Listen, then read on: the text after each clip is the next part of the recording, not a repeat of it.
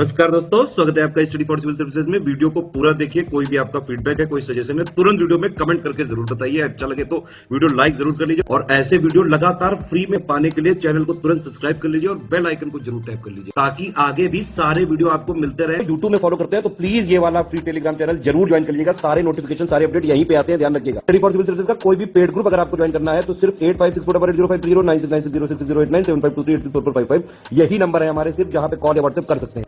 Instagram पे हमारा page जरूर फॉलो कर लीजिएगा, स्टडी फॉर सिविल .सर्विसेज है। ट्विटर पे हमको जरूर फॉलो कर लीजिएगा, @स्टडी फॉर सिविल्स है।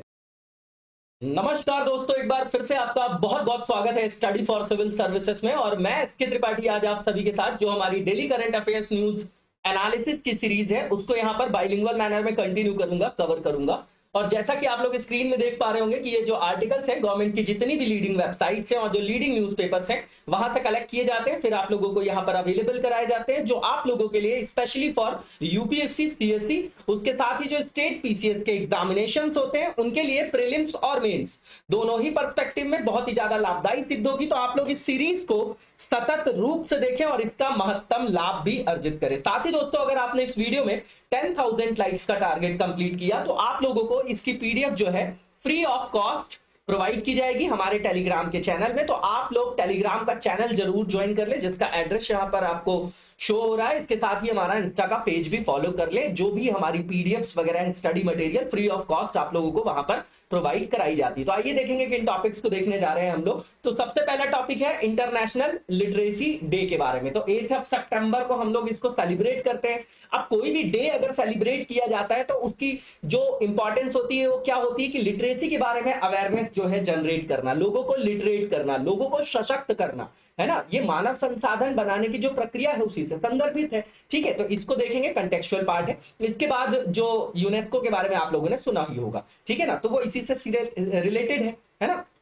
एजुकेशनल कोई भी रेफरेंस आता है तो उसमें यूनेस्को आपको इंटरनेशनल लेवल पे दिखाई देगी। इसके बाद जो सेकंड टॉपिक है, ये जो लिटरेसी डे है इसको आप शिक्षा से संदर्भित कर सकते हैं और पेपर 2 में रख सकते हैं। जो सेकंड टॉपिक है हमारा 5th राष्ट्रीय पोषण माह 2022, इसको पहले भी कवर किया है हमने। इसमें माल न्यूट्रिशन को एड्रेस करना है, ठीक है। जो लैक्टेटिंग मदर्स है, जो प्रेग्नेंट मदर्स है और जो आपके बच्चे हैं, है ना, उनके स्वास्थ्य के प्रति क्या करना है, जागरूकता पैदा करनी है, उनको कुपोषण से बचाना है ना, ये संदर्भ है इसका। ठीक है, तो ये हेल्थ से रिलेटेड है, पेपर 2 का पार्ट है। इसके बाद जो नेक्स्ट टॉपिक है हमारा reservation to economic weaker section. तो आप लोगों को पता होगा जो अमेंडमेंट किया गया था, जिससे आर्टिकल 15 और 16 में जो है आपका क्लॉज जोड़ा गया और बोला गया कि जो आपके इकोनॉमिकली वीकर सेक्शन उनको 10% का रिजर्वेशन दिया जाएगा एजुकेशनल इंस्टीट्यूशंस में एडमिशन के लिए, रोजगार वगैरह में। तो ये संदर्भ है और ये आपका कॉन्ट्राडिक्टरी है, क्योंकि इंदिरा साहनी वाला जो आप केस देखेंगे 1993 वाला, तो उसमें बोला गया है कि भैया जो 50% की बेल्ट है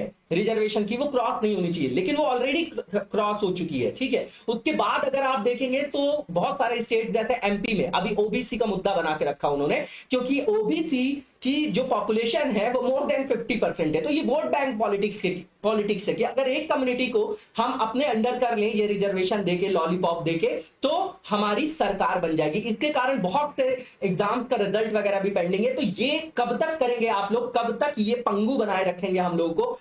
अगर आपको हेल्प करनी है तो आप फीस दे दीजिए वहां पर, है ना, डीडी दे दीजिए, जहां पर जिसको पढ़ना होगा वो वहां पर फीस देके पढ़ लेगा। लेकिन नहीं, क्योंकि रिजर्वेशन ही मेन मुद्दा है, तो इसके पीछे पॉलिटिकल इंटेंशन है। और जब तक हमारी सिविक सोसाइटी के अंदर ये सेंस डेवलप नहीं होगा, क्योंकि हम छोटे छोटे फायदों के लिए जो है पूरे देश का नुकसान करते हैं और आने वाली अपनी पीढ़ियों का भी नुकसान कर लेते हैं। ठीक है, अब यहां पर ये जो टॉपिक है पेपर सेकंड का टॉपिक है, ठीक है। अब कॉन्स्टिट्यूशनल ग्राउंड है इसमें। इसके बाद जो नेक्स्ट यहाँ पर आर्टिकल है विजिंगम पोर्ट के बारे में बताया जा रहा है कि किस तरीके से पोर्ट बनाने से उसमें नेगेटिव इंपैक्ट पड़ता है हमारे नेचुरल एनवायरनमेंट में, है ना, उससे रिलेटेड है, थर्ड पेपर का पार्ट है। इसके बाद जीडीपी के एस्टिमेट्स आए, थर्ड पेपर में रख सकते हैं। इकोनॉमिक जो आपके स्टैटिस्टिक्स है उसको हम यूज करते हैं अपनी मेंस की आंसर राइटिंग में। ठीक है, तो इसको देखेंगे, थर्ड पेपर का पार्ट है। जो पहला टॉपिक है इसको डिटेल में देखेंगे अब हम लोग यहाँ पर। तो इसमें बताया जा रहा है कि सितंबर 8 को मनाया जाता है इंटरनेशनल लिटरेसी डे। क्यों मनाया जाता है उसके बारे में बताया जा रहा है। तो हर साल हम 8 सितंबर को इंटरनेशनल लेवल पे जो है लिटरेसी डे को क्या करते हैं, मनाते हैं, सेलिब्रेट करते हैं 8 सितंबर को।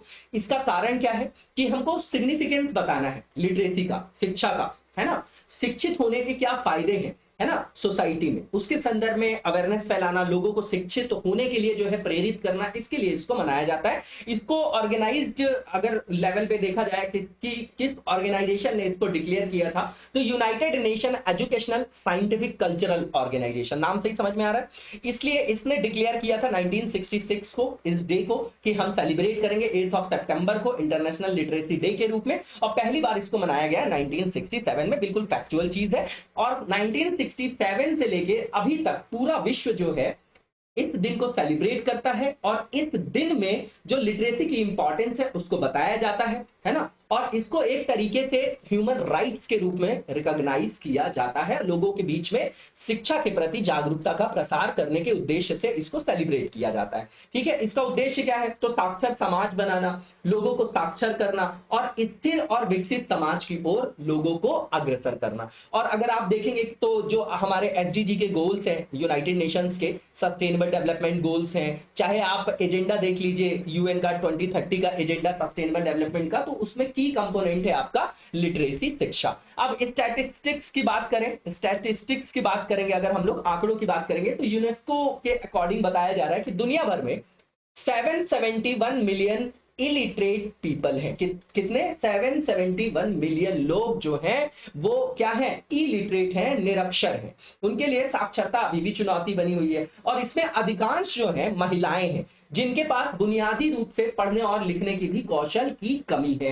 कोविड-19 के जो इंपैक्ट देखे गए, जो नेगेटिव इंपैक्ट देखे गए, उसमें यह बताया गया कि लगभग 24 मिलियन ऐसे स्टूडेंट्स हैं जो अब कभी औपचारिक शिक्षा में नहीं लौट सकते। उनमें से भी अगर आप देखेंगे तो लगभग 50% जो डेटा है उनमें से लड़कियां हैं, मतलब 11 मिलियन जो लड़कियां हैं और युवा महिला है, उनका वहां पर परसेंटेज है 24 में से 11 मिलियन जो है वो महिलाएं हैं, है ना। तो ये डेटा अपने पास रख सकते हैं आप लोग। तो ये वल्नरेबल ग्रुप्स में इसीलिए माने जाते हैं क्योंकि किसी भी जो आपकी आपदा हो, चाहे मानव जनित हो चाहे प्राकृतिक हो, तो उसका जो सबसे ज्यादा नेगेटिव इंपैक्ट पड़ता है वो किन के ऊपर पड़ता है बताइए, तो वो वंचित वर्ग समूह के ऊपर पड़ता है। ठीक है, अब यहाँ पर भारत में साक्षरता दर की बात करें तो विश्व में जो है 1/4 जो आबादी है निरक्षर लोगों की, वो भारत में है। 25% जो पॉपुलेशन है पूरे वर्ल्ड की, है ना, इलिटरेट पीपल्स की, वो भारत में निवासरत है ना। ये कितना बड़ा टॉपिक है, ये कितना बड़ा विषय है हमारे लिए। ठीक है, इसके बाद जो सेकंड यहाँ पर पॉइंट बताया जा रहा है कि भारतीय जो राष्ट्रीय सर्वेक्षण है उसके द्वारा एक रिपोर्ट पब्लिश की गई,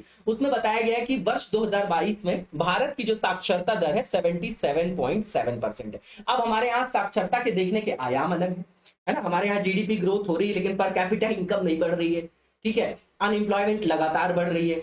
ठीक है, अब इंडस्ट्रियल हमारे यहाँ ग्रोथ नहीं देखी जा रही है, और हमारे यहाँ एग्रीकल्चर के डोमेन में देखेंगे तो बम्पर उत्पादन है, बम्पर ग्रोथ देखी जाती है। लेकिन किसी भी देश को विकसित देश बनने के लिए मैन्युफैक्चरिंग जो सेक्टर है, जो सेकेंडरी सेक्टर है, उसका कंट्रीब्यूशन बढ़ाने की जरूरत है। ठीक है, अब यहाँ पर जो हमारे यहाँ साक्षरता दर देखते हैं तो बोलते भैया साइन कर दो, जिससे साइन करते बनता है वो साक्षर है। सही रूप में साक्षर होने का मतलब है एजुकेशन इसलिए दिया जाता है कि विवेक का क्या हो, डेवलपमेंट हो, विवेक का विकास हो। विवेक का मतलब क्या, विवेक को ही विजडम बोला जाता है। विवेक का मतलब क्या कि अच्छे और बुरे में से हमको पहचान करना कि हमारे लिए अच्छा क्या है। बिल्कुल सिंपल और लेमैन की लैंग्वेज में ऐसे पढ़ते हैं उसको, एथिक्स में आप इसको यूज भी कर सकते हैं। अब इसके बाद जो 2011 का सेंसस था उस समय हमारे लिटरेसी रेट जो था 73% था, और बताया जा रहा है कि 1950 में जो हमारी हालत थी तो लगभग 1/5 लोग हमारे यहाँ लगभग इलिटरेट थे, मतलब हर 10 में से 2 इंडियन जो थे वो क्या थे, केवल साक्षर थे। उल्टा बोल दिया मैंने, इलिटरेट नहीं, लिटरेट है वो।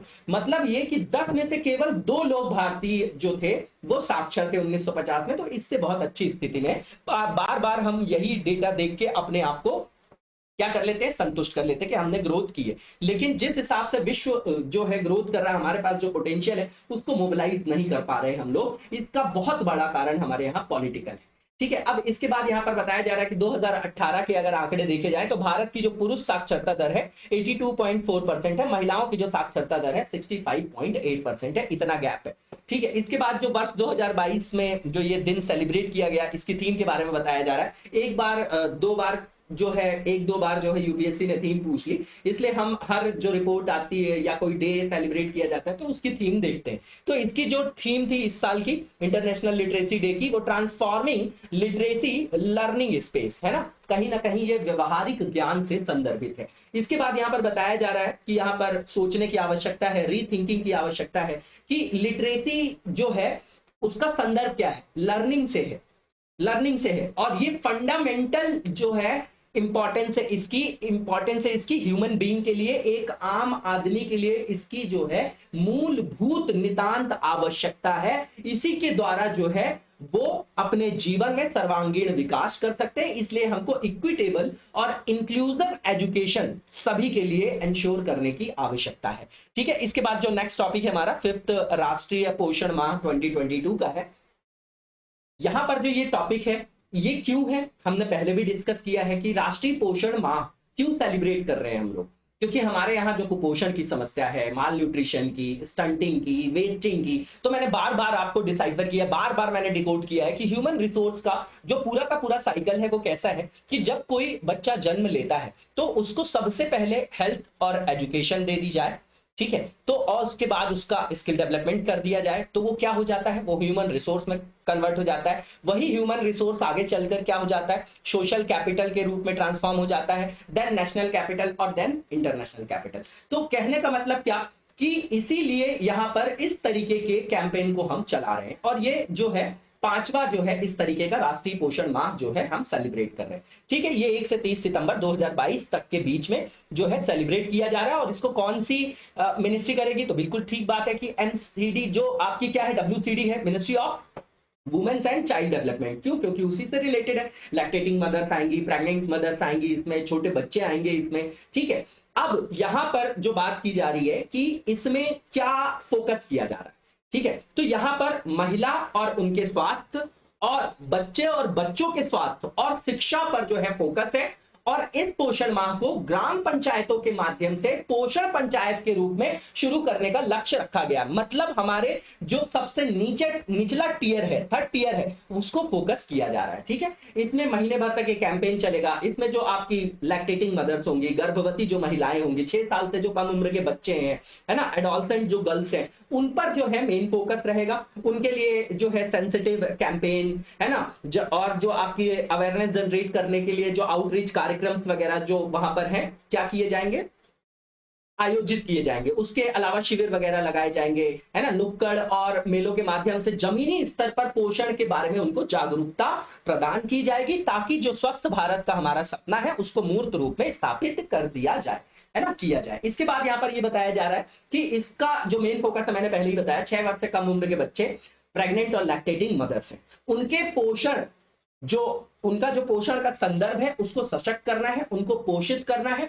और वहां पर पोषण संबंधी जो आउटकम्स हैं उसमें सुधार करने के उद्देश्य से इसको स्टार्ट किया गया। और ये जो हमारी सरकार है उसका प्रमुख कार्यक्रम है। इसको हमारे प्रधानमंत्री जी ने जो है लॉन्च किया था। ठीक है, अब जो पोषण मतलब जो prime minister's overarching scheme for holistic nutrition, जो आपका ये पोषण अभियान है, इसका उद्देश्य क्या है, तो एड्रेस करना जो भी माल न्यूट्रिशन के संदर्भ में चैलेंजेस है, चुनौतियां हैं, उसको मिशन मोड में हमको एड्रेस करना है। ठीक है, अब यहां पर जो पोषण अभियान मिशन पोषण 2.0 है, इसमें आंगनवाड़ी, सक्षम आंगनवाड़ी और पोषण 2.0 इसको लॉन्च किया गया है। इसमें इंटीग्रेटेड मैनर में जो है न्यूट्रिशनल सपोर्ट देना है ना, न्यूट्रिशनल कंटेंट के रूप में उनको क्या करना है, उनको प्रोवाइड करना, उसको और ज्यादा स्ट्रेंथन करना है ना।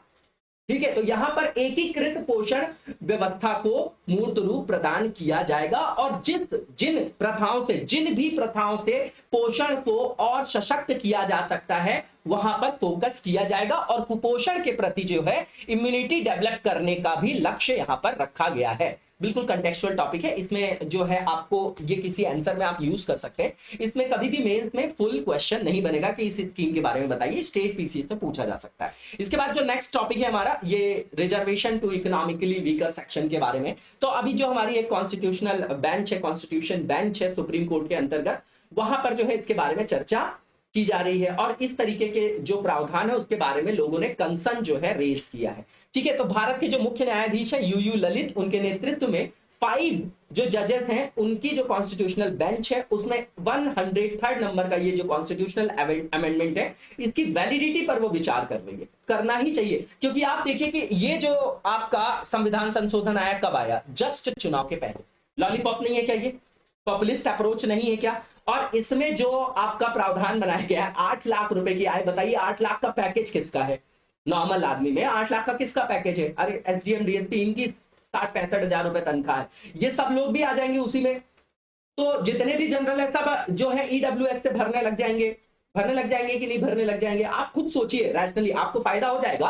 मैं मानता हूं कि कहीं कहीं पर ओबीसी और ईडब्ल्यूएस का कट ऑफ बिल्कुल जो है सेम है स्टेट पीसीएस में, ठीक है। अब उसके कारण क्या होता, फायदा हो जाता तो हम चुप हो जाते, क्योंकि हमारा फायदा तो हो गया, देश कहीं भी जाए, है ना। लेकिन इसके लॉन्ग टर्म में जो इंपैक्ट आएंगे ना वो हमारी आने वाली जनरेशन भुगतेगी और हम तो भुगत ही रहे, ठीक है। अब यहां पर इसकी वैधता पर विचार कर रही है, सीधी बात है, इसलिए कर रही है क्योंकि जो 1993 का जो हमारा सुप्रीम कोर्ट का वर्डिक्ट है उसका वायलेशन है कहीं ना कहीं, तो इसके अंतर्गत कंटेम्प्ट ऑफ कोर्ट भी हो सकता है ये, ठीक है। अब ये जो 10% आरक्षण का प्रावधान किया गया है वो ऐसे लोगों के लिए जिनको किसी भी तरीके का आरक्षण प्राप्त नहीं हो रहा है और वो शैक्षणिक रूप से जो इकोनॉमिकली वीकर सेक्शन है, मतलब आर्थिक रूप से जो कमजोर आपके वर्ग के लोग हैं। आर्थिक रूप से कमजोरी का अब डोमेन इनने ये बताया है कि 8 लाख रुपए से जिसकी कम हो आए वो आर्थिक रूप से वीक है। तो भैया जिसका पैकेज 2 लाख रुपए का है उसको कहां ले जाएंगे आप? हाँ, ठीक है। और 5 लाख रुपए जो है हमारे यहाँ इनकम टैक्स रिटर्न करने के लिए जो आपका कंसेशनल है, जो आपकी स्लैब है वो 5 लाख रुपए की, और यहाँ पर 8 लाख, मतलब जो इनकम टैक्स पे कर रहा है वो भी इकोनॉमिकली वीकर सेक्शन के अंतर्गत आएगा, ठीक है। तो यहाँ पर उनको 10% का आरक्षण का प्रावधान किया गया। इसके लिए जो लोक नियोजन के अवसर हों या शैक्षणिक संस्थान हैं तो वहां पर उनको जो है एडमिशन वगैरह के लिए, उनको जॉब के लिए जो है यहाँ पर आरक्षण प्रदान किया जाना जो है निर्धारित किया गया है। इससे जो है आर्टिकल 15 और 16 में 15(4) और 16(4) है ना, वहां पर जो है क्लॉज वगैरह भी जोड़ा गया। अब इस पिटीशन का बेसिस क्या है? तो सबसे पहला तो कॉन्स्टिट्यूशनल ग्राउंड है ना, क्योंकि सबसे पहली चीज हमारे जो संविधान में या भारतीय समाज की बात करेंगे तो यहाँ पर जो है क्लास वाइज क्लासिफिकेशन नहीं है ना, वर्गीकरण जो है वो क्लास और स्टेटस के हिसाब से नहीं है, और मेनली इकोनॉमिक क्लासिफिकेशन की कहीं भी चर्चा नहीं है ना। डीपीएसपी में भी देखेंगे आप तो वहां पर जो है आर्थिक आधार नहीं है पिछड़ेपन का,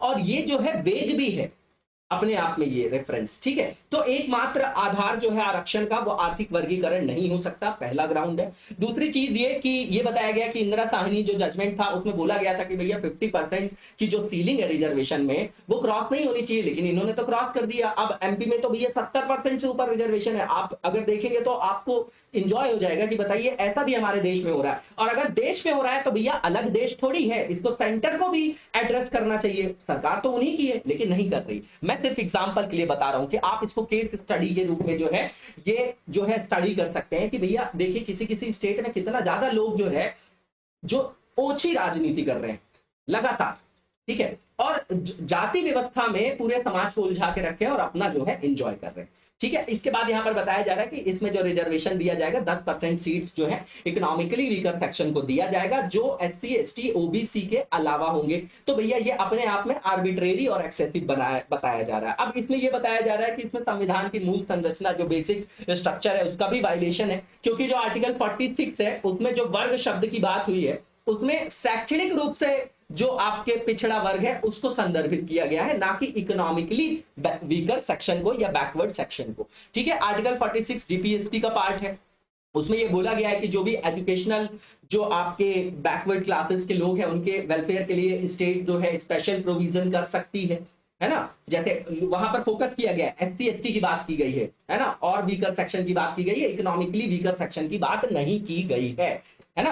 अब मैं मतलब आप ये मत सोचिएगा कि अगर मैं यहाँ पर क्रिटिसाइज कर रहा हूं तो मेरा विरोध जो है इस चीज को लेके, क्योंकि मैं तो खुद भी जनरल हूं, है ना, और मतलब मेरे लिए तो ये बेनिफिशियल ही होगा अगर मैं भी बनवा लूं, और बहुत लोगों ने तो ऐसे भी बनवा लिया, ठीक है ना। नॉर्मल से बाईपास करवा के ईडब्ल्यूएस बनवाया जा सकता है, मैं बहुत लोगों को जानता हूं और आप लोग भी ये चीज फील कर पाएंगे, ठीक है। अब यहाँ पर ये बताया जा रहा है कि ये जो प्रपोज्ड रिजर्वेशन है ना, इसके द्वारा जो आरक्षण का लाभ मिलेगा, जिन लोगों को यहाँ पर शामिल किया जाना है उसमें सामान्य श्रेणी के सदस्य आएंगे, ठीक है ना, सामान्य श्रेणी के सदस्य आएंगे, ठीक है। और उनको शामिल किया गया है इसमें, जिनको और किसी भी तरीके का आरक्षण नहीं मिल रहा है। ठीक है, अब इसके बाद डीपीएसपी और जो आपकी फेयर अपॉर्चुनिटी की बात है, तो इसमें संविधान का जो आर्टिकल 46 है उसमें ये बताया गया है कि मान लीजिए कोई वर्ग कमजोर है किसी राज्य के अंतर्गत, तो राज्य उनके लिए विशेष व्यवस्था कर सकती है ना। और वहां पर विशेष रूप से फोकस एससी एसटी के लिए जो है किया गया है, उनके शैक्षणिक और आर्थिक हितों के सशक्तिकरण को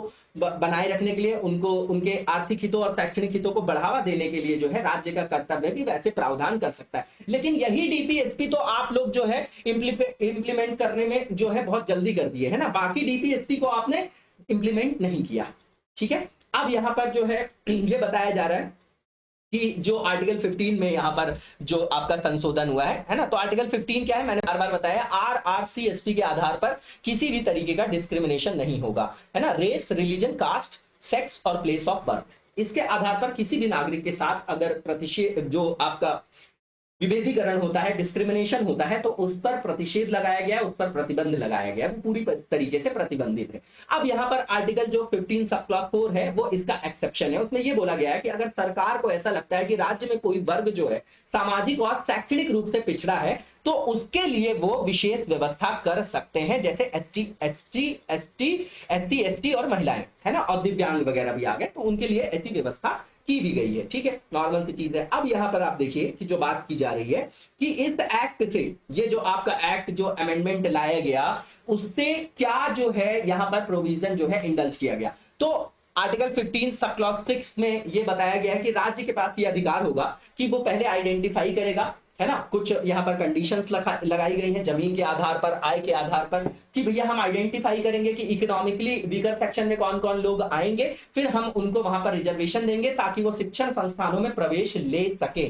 और सारे शिक्षण संस्थानों में, चाहे वो राज्य के द्वारा पोषित हो या ना हो, है ना, चाहे स्टेट उसको एड दे रहा हो या ना दे रहा हो। ठीक, इसके बाद लेकिन ये है यहां पर बात कि ये अल्पसंख्यक जो आपके शैक्षणिक संस्थान है उन पर ये व्यवस्था लागू नहीं होगी, और शैक्षणिक संस्थानों में जो आरक्षण है, मौजूदा जो आरक्षण उसके अतिरिक्त होगा, और इसकी जो लिमिट है, सीलिंग है 10% की है, मतलब जो पहले से आरक्षण है वो ठीक है, उसके अलावा प्लस 10% और भी आरक्षण दिया जाएगा। अब क्या ये जो आरक्षण है आज 50 साल हो गए, तो क्या इसका सही में फायदा लोगों को मिल रहा है? इसको आज जो है हमको एनालाइज करने की आवश्यकता है। सिविक सोसाइटी को, हमारे यहाँ सिविल सोसाइटी को ये सोचने की आवश्यकता है। सरकार नहीं सोचेगी हमारे बारे में, हमको सोचना पड़ेगा और हमको अपनी बातें वहां पर रखना पड़ेगा। इसके बाद आर्टिकल जो 16 है, इसमें अमेंडमेंट की बात की जा रही है, जो अमेंडमेंट हुआ उसकी बात की जा रही है कि आर्टिकल 16 है क्या, तो जो आपके पब्लिक एम्प्लॉयमेंट होता है, लोक अवसर होते, लोक नियोजन के अवसर, तो वहां पर अवसरों की समानता को क्या करना है, सुनिश्चित करना है ना।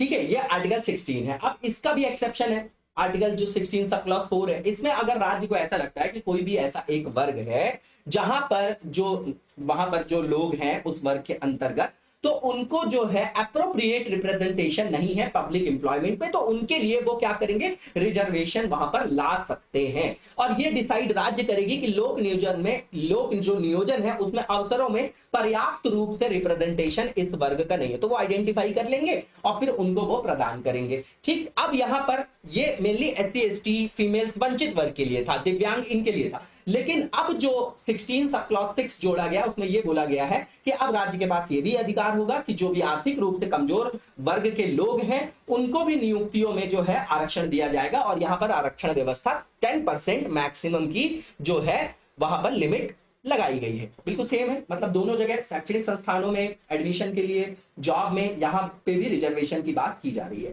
ठीक, अब शैक्षणिक संस्थानों में प्रवेश और लोक नियोजन के अवसरों में आर्थिक रूप से कमजोर वर्गों के लिए 10% का जो है आरक्षण जो है वो मौजूदा आरक्षण व्यवस्था के अतिरिक्त होगा, इसको हाईलाइट किया गया है।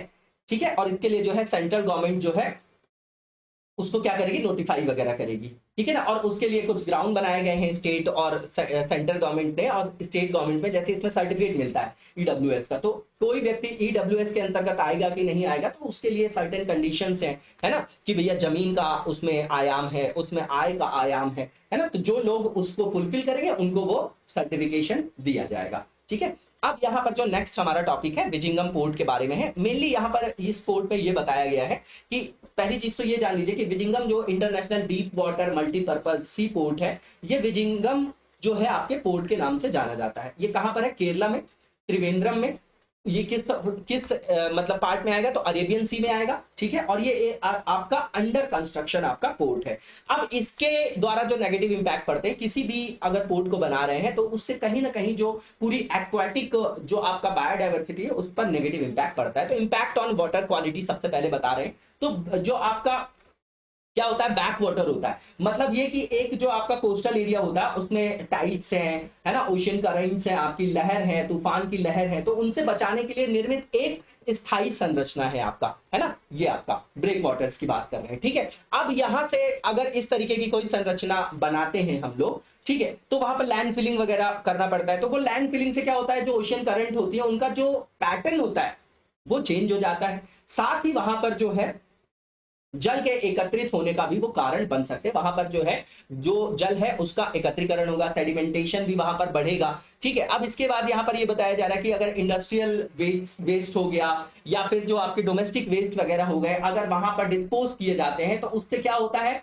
यूट्रोफिकेशन होता है। क्यों होता है, क्योंकि जो आपका घर का वेस्टेज है या फिर जो इंडस्ट्रियल वेस्ट है, इसमें नाइट्रोजन या जो आपका पोटेशियम से युक्त आपकी क्या होते हैं, सामग्री होती है, और ये आपका क्या करता है, एक तरीके से प्रोटीन का कारक है। तो ये जब जाके पानी में मिलेगा तो ये फाइटोप्लैंक्टन जो होते हैं उनकी ग्रोथ को बढ़ा देगा। और जब इनकी ग्रोथ को बढ़ा देगा तो किसी जो वाटर बॉडी है उसके ऊपर जो बहुत ज्यादा शैवाल वहां पर प्रस्फुटित हो जाएंगे, उसी को बोला जाता है क्या, यूट्रोफिकेशन। तो वहां पर जो डिजॉल्व ऑक्सीजन है, मतलब जो जलीय जीव यूज करते हैं उसकी मात्रा कम हो जाएगी, उसकी मात्रा कम हो जाएगी, तो वहां पर जो जलीय जीव हैं उन वो मृत हो सकते हैं, और वहां की जो पूरी बायोडाइवर्सिटी है ना, जो एक्वेटिक आपकी पूरी की पूरी बायोडाइवर्सिटी है उस पर नकारात्मक प्रभाव पड़ेगा, ठीक है। अब यहाँ पर जो म्युनिसिपल सीवेज होता है उसके कारण वहां पर कॉलीफॉर्म बैक्टीरिया वगैरह जो है वहां पर प्रश्रय उनका देखा जाता है, और उसके परिणाम स्वरूप वहां पर पॉल्यूशन वगैरह होता है। इसके बाद potential impacts on coastal hydrology, तो हाइड्रोलॉजी में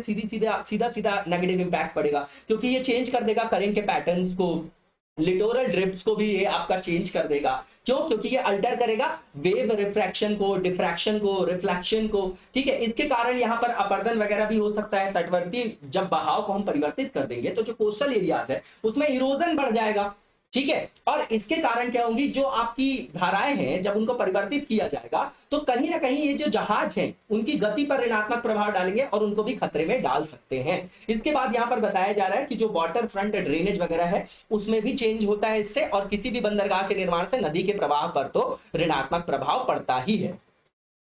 इसके बाद जो यहाँ पर नेक्स्ट पॉइंट बताया जा रहा है, इसमें बताया जा रहा है कि किस तरीके से पोटेंशियल इंपैक्ट पड़ता है जो बॉटम कंटामिनेशन होता है उस पर, ठीक है। तो सीधी बात है कि जो जल में तलछट है ना, उसके जमाव की गति में वृद्धि हो सकती है, सेडिमेंटेशन बढ़ सकता है, तो वहां पर जो है पॉल्यूशन हो सकता है, वो पॉल्यूशन का कारक बन सकता है, और इससे वहां पर जो आपकी बायोडाइवर्सिटी उस पर भी नेगेटिव इंपैक्ट पड़ेगा, उनके जो फिजिकल हैबिटाट है उस पर भी नेगेटिव इंपैक्ट पड़ेगा, और जो बॉटम बायोटा है ना, उस पर भी नेगेटिव इंपैक्ट पड़ेगा, ठीक है। इसके बाद जो जल का यूट्रिफिकेशन होता है उससे जो आपके डेड शैवाल्स होते हैं, जो शैवाल होते हैं, फाइटोप्लैंक्टन्स होते हैं, है ना, उनके उनके वहां पर जमाव से क्या होगा, सेडिमेंटेशन बढ़ेगा, ठीक है। तो जो पूरा तलछट है उसका केमिकल कंपोजिशन चेंज हो जाएगा, ठीक है। और उसमें जो आपके कार्बनिक पदार्थ है जैसा हाइड्रोजन सल्फाइड है और भी जो आपके हानिकारक पदार्थ है उनकी भी वृद्धि हो सकती है। इसके अलावा जो मरीन या कोस्टल इकोलॉजी पर इंपैक्ट पड़ेगा, तो सीधी बात है कि पॉल्यूशन होगा तो वहां पर जो भी आपकी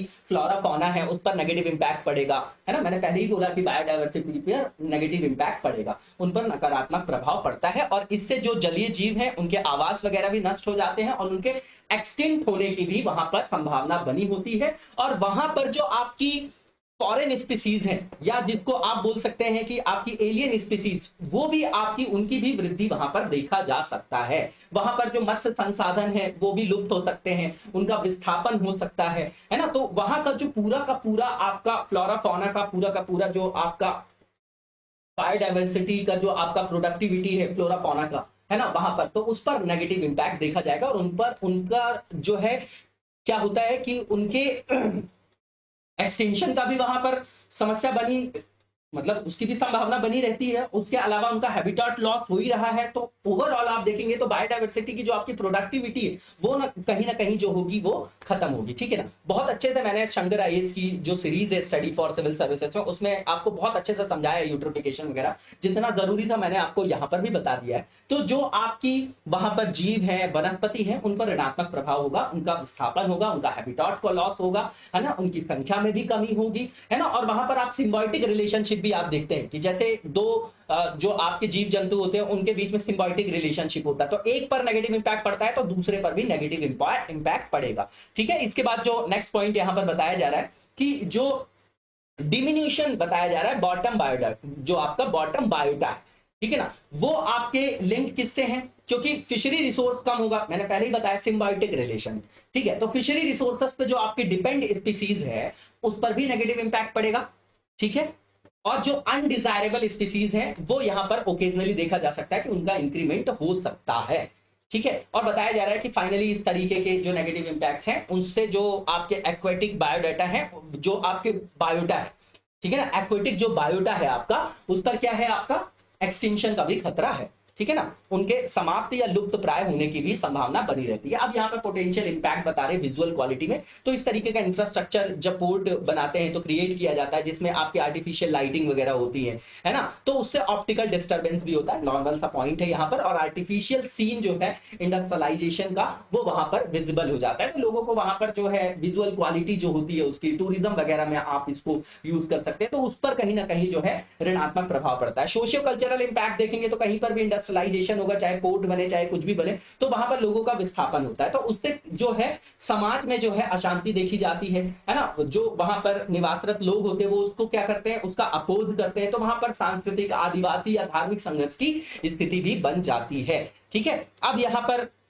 इंडस्ट्रियलाइजेशन और मॉडर्नाइजेशन से जो कल्चरल ट्रेडिशन है हमारे लोकल कम्युनिटी के, उनका भी अतिक्रमण होता है ना, उन पर भी अतिव्यापन देखा जाता है, तो उनके जो कल्चरल ट्रेडिशंस है उन पर भी नेगेटिव इंपैक्ट पड़ता है। इसके बाद जो नेक्स्ट टॉपिक है हमारा जीडीपी एस्टिमेट्स बताया जा रहा है, तो यहाँ पर बताया जा रहा है कि भारत जो है 7% जो है एनुअल ग्रोथ कर रहा है जीडीपी में, लेकिन रियलिटी कुछ अलग है, क्योंकि रियलिटी आप खुद से देख सकते हैं। ठीक है। इसके बाद जो नेक्स्ट पॉइंट यहाँ पर बताया जा रहा है, की पॉइंट्स यहाँ पर, कि अभी अभी जो हमारा एनएसएसओ है, जो आपका एनएसओ है, नेशनल स्टैटिस्टिकल ऑफिस है, उसने रिलीज किया है जीडीपी के लेटेस्ट आपके क्या आंकड़े फर्स्ट क्वार्टर के लिए, अप्रैल से जून तक के लिए, फाइनेंशियल ईयर 2022 और 23 के लिए। इसमें बताया गया है कि जो ग्रोथ रेट है वो 13.5 है ना। इसको कंपेयर करेंगे तो 2021-22 में हमारे यहाँ ग्रोथ 20% थी फर्स्ट क्वार्टर में। अब उस समय क्यों थी, आप देखिए कोविड में बहुत ज्यादा ऋणात्मक ग्रोथ सब जगह देखी गई, तो हमारे यहाँ जब उससे आप बेस ईयर से कनेक्ट करेंगे तो आपको 20% ग्रोथ दिखाई देगी। ठीक है। तो वहां से भी अभी हमारे यहाँ ग्रोथ कम है। इसके बाद एग्रीकल्चरल ग्रोथ की बात करें तो अभी भी रोबस्ट है, ये आपकी अच्छी खासी ग्रोथ है फर्स्ट क्वार्टर में 4.5% की, और ये हाईएस्ट ग्रोथ है ना, पिछले 9 कंसेक्यूटिव क्वार्टर्स में। इसके बाद जो मैन्युफैक्चरिंग सेक्टर है ये अभी भी बिलो एवरेज है इसकी ग्रोथ, ये सबसे इंपॉर्टेंट पॉइंट है। कहां से बनेंगे आप विकसित देश, पहले तो हमारे यहाँ के लोगों को शैक्षणिक, सामाजिक, आर्थिक रूप से उनका सशक्तिकरण करवा दीजिए, स्किल डेवलपमेंट करा दीजिए, वो आवश्यक है ना। अब यहाँ पर जो जीडीपी का जो एक्सपेंडिचर का जो मेथड है जीडीपी के अंतर्गत, वो कैसे कैलकुलेट होता है, तो C+G+I+X-M यहाँ पर बताया गया। C का मतलब है प्राइवेट फाइनल कंजम्पशन, G का मतलब है जो गवर्नमेंट का फाइनल कंजम्पशन है, एक्सपेंडिचर। ठीक है। I का मतलब है आपका क्या, जो इन्वेस्टमेंट को डिनोट करता है। X जो हो गया आपका एक्सपोर्ट हो गया, M जो हो गया आपका इंपोर्ट हो गया। बहुत अच्छे से मैंने जो इकोनॉमी की आपकी एनसीईआरटी की सीरीज मैंने बनाया था, है ना, बेस्ट शायद 200 या 500 एमसीक्यू की सीरीज है स्टडी फॉर सिविल सर्विसेज में, बहुत अच्छे से वहां पर जीडीपी कैलकुलेट करने की प्रक्रिया मैंने बताई है ना। आप वहां से आप इसको देख सकते हैं, बहुत सिंपल होता है, इसको फॉर्मूले में उलझाने की बिल्कुल आवश्यकता नहीं होती है, वेन डायग्राम से मैंने आपको वहां पर बताया है। ठीक है, आप उसको एक्सेस कर सकते हैं। इसके बाद जो यहाँ पर बताया जा रहा है कि जो प्राइवेट फाइनल कंजम्पशन एक्सपेंडिचर है ना, उसका जो कॉन्ट्रीब्यूशन है जीडीपी में वो हाईएस्ट है, किसके बाद, निवेश के बाद। ठीक है ना, निवेश के बाद सबसे अधिक योगदान किसका है, निजी अंतिम उपभोग का। इसके बाद अगर शुद्ध निर्यात की गणना किया जाए तो निर्यात माइनस आयात के रूप में किया जाता है। प्रमुख आयातक देश है भारत हमारा, तो हमारा आयात हमेशा ज्यादा होता है। इसके कारण जो आपका देखा जाएगा, देखते होंगे आप लोग कि जो सरकार की रेवेन्यू है उस पर नेगेटिव इंपैक्ट देखा जाता है। ठीक है। और शुद्ध निर्यात के जो आपका योगदान हमारे यहाँ कम है और शुद्ध आयात का ज्यादा है, ठीक है, तो इसका नकारात्मक प्रभाव हमारे जीडीपी पे देखा जाता है। तो भैया आप अपने यहाँ मैन्युफैक्चर करना चालू कर दीजिए चीजों को, तो नहीं होगा, ठीक है। इसके बाद जो फर्स्ट क्वार्टर 2022-23 का है, इसमें जो नेट एक्सपोर्ट है -6.2% है। क्यों?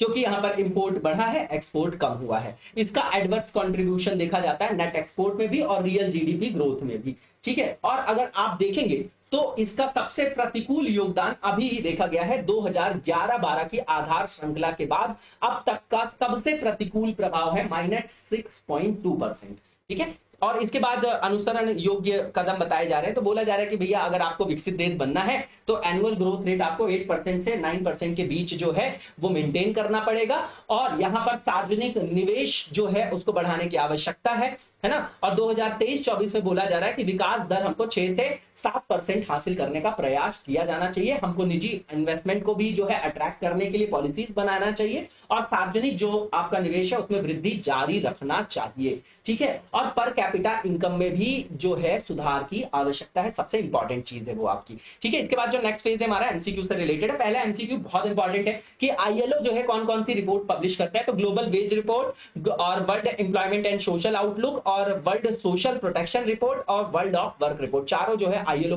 पब्लिश करता है। सही बताना था तो इसका आंसर आपका all of the above sea हो जाएगा। इसके बाद जो नेक्स्ट क्वेश्चन है हमारा, इसमें पूछा जा रहा है नेशनल क्लीन एयर प्रोग्राम के बारे में स्टेटमेंट है, बताना है कौन सा करेक्ट है। तो पहला ये कि इसको लॉन्च किया है ministry of environment forest and climate change ने जनवरी 2019 में, ठीक है। अब ये बिल्कुल सही स्टेटमेंट है, ठीक है। इसके बाद इसमें बताया जा रहा है कि आधार वर्ष 2017 के कंपैरिजन में वर्ष 2022 तक जो PM10 है, PM2.5 है, उसका जो कॉन्सेंट्रेशन है ना, जो उसकी सांद्रता है, एकाग्रता नहीं है, ये सांद्रता है आपकी, ठीक है। सांद्रता जो है, कॉन्सेंट्रेशन जो है आपका, उसको कम से कम 20% तक जो है उसको कम करने का प्रयास किया जाना इसमें प्रस्तावित है। दोनों के दोनों स्टेटमेंट बिल्कुल ठीक है। इसका आंसर आपका बोथ आर करेक्ट सी हो जाएगा। इसी के साथ आज के वीडियो को यहीं पर विराम देंगे, नेक्स्ट वीडियो में कंटिन्यू करेंगे। तब तक लगातार जबरदस्त तरीके से पढ़ते रहिए और आगे बढ़ते रहिए और सपोर्ट बनाए रखिए। वीडियो को ज्यादा से ज्यादा लाइक और शेयर करिए। Thank you so much, best of luck.